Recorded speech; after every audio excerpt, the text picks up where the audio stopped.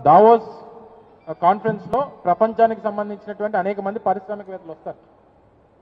అనేక మంది ఆ సమావేశాల్లో పాల్గొంటారు. చాలా మంది చాలా దేశాల నుంచి వస్తుంటారు. చాలా మంది ప్రతినిధులు వస్తూ ఉంటారు. సో మనం వెళ్ళి కలిసి వాడిని ఏ రకంగా ఒప్పించాం, ఏ రకంగా రాష్ట్రానికి పెట్టుబడులు తీసుకొచ్చాం అనేటువంటి దాని మీద ఉండాలి తప్ప మన బ్రాండ్ ఇమేజ్ని కాదు, రాష్ట్రం తాలూకా బ్రాండ్ ఇమేజ్ని అక్కడ ప్రొజెక్ట్ చేయాల్సినటువంటి బాధ్యత ప్రభుత్వం మీద ఉంది.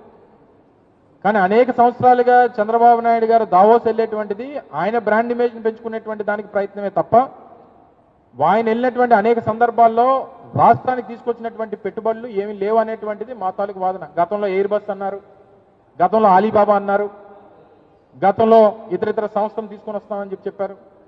చెప్పమని 2014 నుంచి 19 మధ్యలో 5 సార్లు వెళ్ళారు.